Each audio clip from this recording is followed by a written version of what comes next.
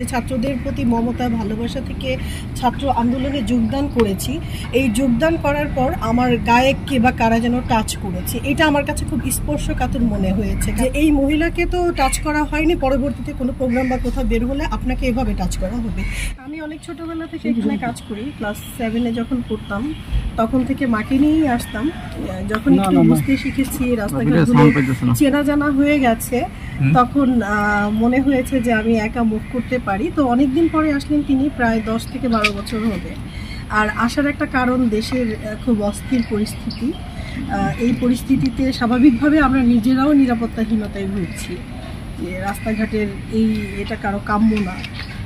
বলতে পারেন আমি একজন স্টুডেন্ট ছিলাম এবং এখনও একজন স্টুডেন্ট। আইন বিষয়ে এখনও পড়াশোনার কোনো শেষ নেই, শেষ হচ্ছে না।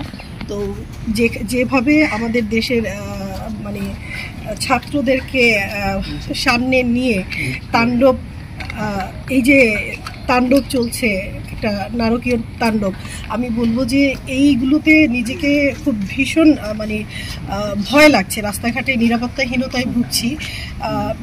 আমি মনে করি যে কিছুদিনের মধ্যে আমাদের এই পরিস্থিতি ঠিক হয়ে যাবে। কিছুদিন না, আমি মনে করি আজকের পর থেকেই ঠিক হয়ে যাক। এই নিরাপত্তাহীনতার কারণেও কিছু গার্জিয়ান চলে এসছে আমার সাথে। আসলে সত্যি কথা বলতে কি, গতকাল আমি একটা ফেসবুকে একটা পোস্ট শেয়ার করেছিলাম। সেই শেয়ারের পরে দেখলাম, শেয়ার করেছিলাম যে কোনো একজন ওমেন পার্সন লিখেছিল যে ছাত্রদের প্রতি মমতা ভালোবাসা থেকে ছাত্র আন্দোলনে যোগদান করেছি। এই যোগদান করার পর আমার গায়ে কে বা কারা যেন টাচ করেছে, এটা আমার কাছে খুব স্পর্শকাতর মনে হয়েছে। কারণ এটা ছাত্রদের কাজ না। এই যে আগুন লাগানো, এই যে জায়গায় জায়গায় গণ্ডগোল, এটা আমাদের দেশের ছাত্র সমাজ কখনোই করবে না। আমার হাতেও কলম ছিল, যার হাতে কলম থাকে তার হাতে কখনোই আগুন দিয়ে জ্বালাতে পারে না।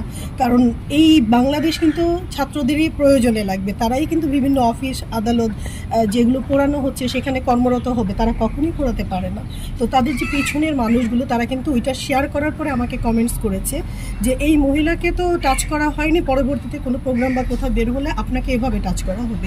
এই যে এত দুঃসাহস, এই যে আমি বলবো যে দেশের একটা দু একজন পুলিশের কারণে সমস্ত পুলিশ প্রশাসনের গাড়ি পোড়ানো, পুলিশ প্রশাসনকে মারধর, বিভিন্ন জায়গায় এই যে অপমান। আজকে যদি আপনাদের এখান থেকে কেউ আমাকে কোনো ধরনের অ্যাটাক করে বা আমি অ্যাবিউজ হই, আমি কি জনগণকে ফোন করব? আমি তো প্রশাসনকে ফোন করব। তা আমাদের উচিত প্রশাসনকে শ্রদ্ধা করা এবং প্রশাসনের ভেতরেও যারা উল্টাপাল্টা কাজ করছে, যারা এই ধরনের কাণ্ড ঘটিয়েছে, তাদেরকে খুঁজে বের করে চিহ্নিত করে বিচার কার্য সম্পাদন করা। আমি সবশেষে বলবো যে জয় বাংলা, বাংলাদেশ আবার শান্তিতে ভরে যাবে। অনেক অনেক শুভকামনা।